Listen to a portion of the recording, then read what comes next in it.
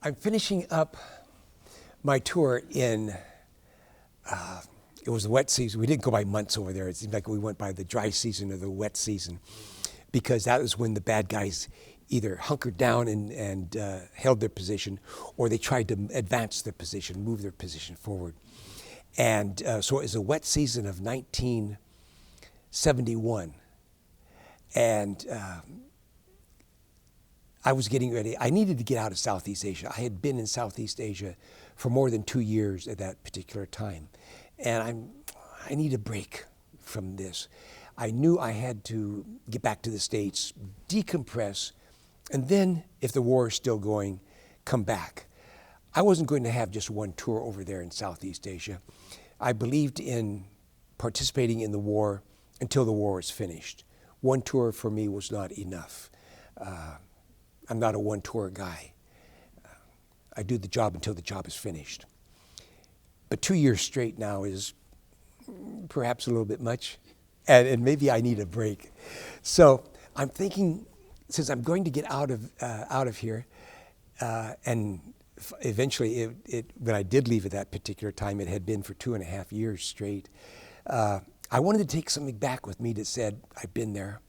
I've been with the magnificent 40th ARRS for so many years, that I wanted to, if queried, what did you do in the war, Daddy?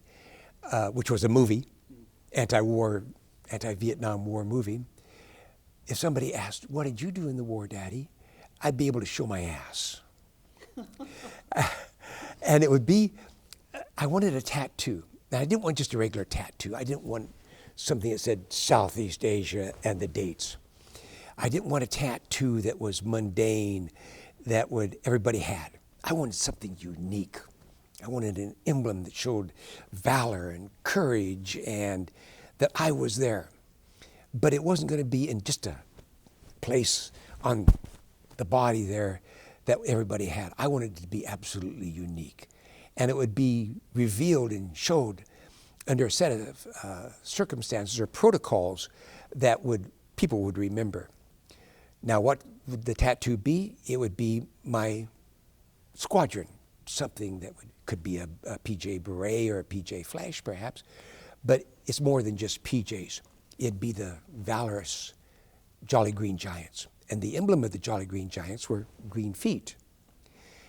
And so I would have green feet. Now, where are they going to be? Well, someplace that people are going to remember. They say PJs are always showing their ass, talking their ass or something like that, but I'm really going to show my ass. So I'm going to have the green feet back here on the right buttocks. So I'm finishing a alert period in which we covered the geographical area of Cambodia, 3 days. 3 days without booze, 3 days without anything, pretty much isolation at NKP in the wet season. So I'm finishing my alert period at 07 in the morning of the third day. At 07, I wake up, go to the hooch bar. We had bars in our hooches, our building areas. And what we did was have one room that was nobody living in it. So we converted it into a bar. And we had local Thai girls. Nobody messes with the girls. And they were women, wives, mothers, in fact. And we had this bar open 24 hours a day. And this was an arrangement through the base commander, the wing commander, that we could have this. Don't mess with our girls, our bar girls meaning the bar mistresses, the bar maids. And we could have them there 24 hours a day. They were on a special pass. And because we had operations going and guys coming back, and nothing fortifies a rough mission or a bad mission than a number of drinks.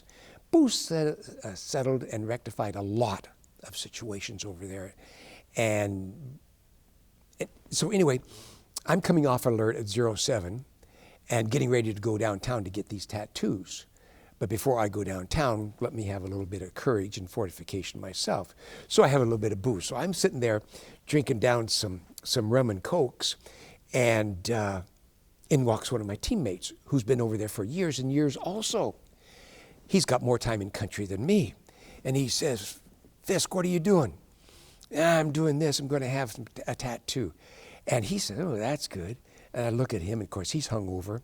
he's had a good night in town, but I don't dare ask him how good of a night he had, because he'll tell me how good of a night he had, because he really had, well, he's a good guy, and he'll tell you about his exploits himself.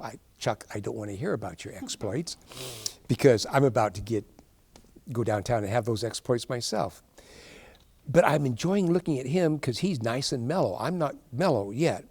So I'm telling him, though, what I'm going to be doing. I'm trying to catch up to be mellow like he is in his state. And he's all encouraged about this. We two, he and I, are the two PJs who pretty much have the most time of all PJs in the career field in Southeast Asia. So he likes that idea. He has another tour coming up, I think, in Southeast Asia. I'm finishing mine, but he likes that idea, and he wants to have footprints also. So he says, well, heck, I'll go back downtown and get these footprints also.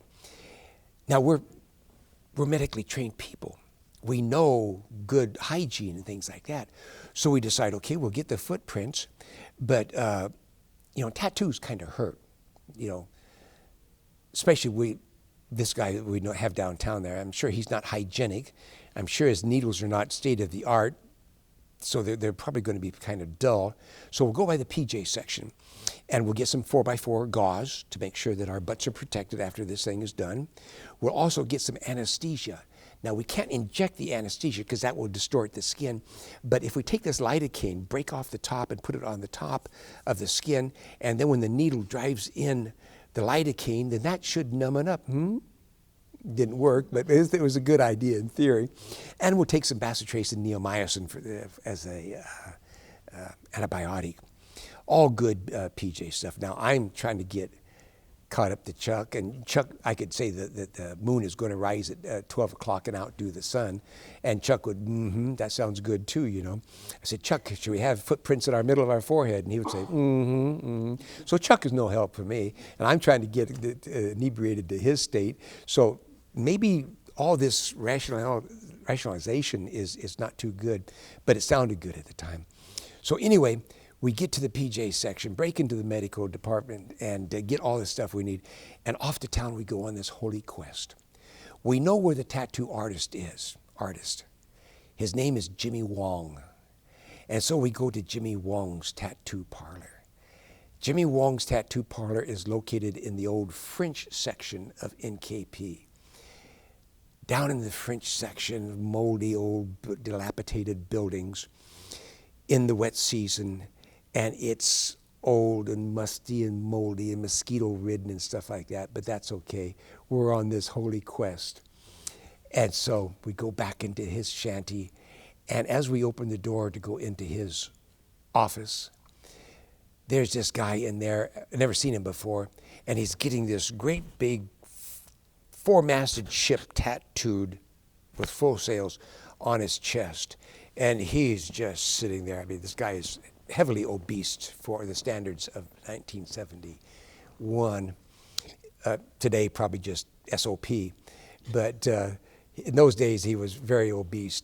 And I'd never seen him before, but he's getting this ship. And he looks busily up at me and Chuck and me. And Jimmy says, oh, you come in, have a good time. And I look at Jimmy, and there's a rag that Jimmy is using to wipe the process off of this guy's chest, and it drops on the floor, and Jimmy picks it up and then wipes the guy's chest and sets it back over here. And I look at Chuck, and the hygiene has just been established in here, and Jimmy wipes the sweat on Jimmy's brow and then sticks it back on here. Chuck and I realize we're not quite drunk enough, so we go back outside and get a bottle of Mekong whiskey, which is Mekong, the local Thai whiskey. And we put that down and chug it down before we go back in. By the time we finish the whiskey, we're well blossomed. And the guy, Jimmy, is finished with this guy. We tell Jimmy how we want to have these green footprints tattoo done. And he says, can do, easy, GI. And I acquiesced to Chuck. Would you like to go first? Because you have more time in country. Chuck, he's not quite that drunk. And so he says, okay, all right, Chuck, Fisk will go first. And I do. And Jimmy does all the preparatory, and Chuck is just sort of standing there chugging on a new bottle of Mekong. And he's got a smirk on his face. No problem, GI, can do easy. And he puts me on this bamboo-made bed. I told you it was rough in there. On a pillow that looks like it had been a survivor from the French Indochina War. And away Jimmy goes. He touches this sensitive buttock area, and I swear to God, those needles must have been 16-penny nails that he was trying to drive that ink in with. Those needles were so dull. He must have been chipping paint off of bicycle, samlars, what we call, rickshaws over there with his tattoo gun. It was so painful. Oh my God. Chuck, quick, the lidocaine. And Chuck is laughing and giggling and towards the lidocaine. It didn't work. But you can still see on my tattoos. Would you like to see my tattoo? No. So the tattoo, you can still see where the stops and goes are on this thing. It was horrendously painful. Chuck, in his sadistic manner, because he'd been over there for so long, was just laughing at my pain. So Jimmy finally gets the deed done, and they are good-looking footprints and everything. And then it's Chuck's turn, and so Chuck gets in there, and he is amazed, and I am delightfully amazed to see the pain on his face when he suffers the wrath of those dull needles. But that was the start. 01, and Chuck had 02 footprint put on his. I should say 0001 and 0002, because there are 100, if not 1,000 sets of green footprint tattoos. And the tattoos was not just for PJs. The tattoos was an emblem of the Jolly Greens. In fact, when we got back there, the guys were laughing. You got those footprints, which is a squadron emblem, on your ass? Yeah, we did. We had community showers over there, and the shower was something like a dozen stalls there, or plumbings out there. And so guys would look at our ass and everything, and pretty soon it started to catch on. And we would go over to the NCO club, and if the appropriate song was there, we would show our ass. You betcha, get up on stage and show our ass. And pretty soon, our sister squadron of helicopters, the Knife Squadron, for example, those guys over there, they started getting tattoos of their squadron emblem. And one of our pilots got green footprints, tattoos on his. A flight engineer got tattoos. It was for the whole squadron, an admin guy would get it, or a GAM. GAM? Those were the words for our mechanics. Okay. Greasy ass mechanic. Okay.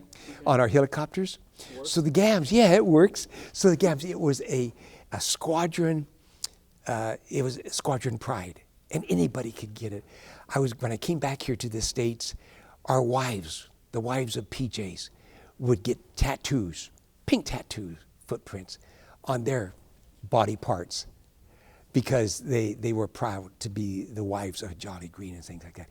It was not PJ exclusive, except by PJs who demanded it would be PJ exclusive, and that is wrong. It's a matter of pride. But that was the start of the custom of PJ footprints. 4 toes or 5? 5 toes. 5 toes. Yeah. So the misconception, I think within lore, Jay, correct me if I'm wrong, it's 4 toes. No, we are not. We can count above 4. We didn't know if 5 the tattoo toes. artist could count above 4. No, what happened there, it became 4 toes because in 1972, when I came back here to the States with my set of footprints, there were a group of PJs at the PJ school at Hill, and I can definitively point to the one PJ who started the 4 footprints, wanting to keep this PJ exclusive. No, it is a Jolly Green emblem to be shared by Jolly Greens, not just PJs, but one PJ particularly who was of enough rank and enough stature within the Pararescue AFSC, and the career field said, we're going to have 4 toes for PJs. Well, if you're going to be a friggin' mutant, then go ahead. Or if you can't count above 4, then go ahead. But you're breaking the custom of what the Jolly Greens are. And then when in a particular squadron, they decided to put 6 toes on. Mm-hmm.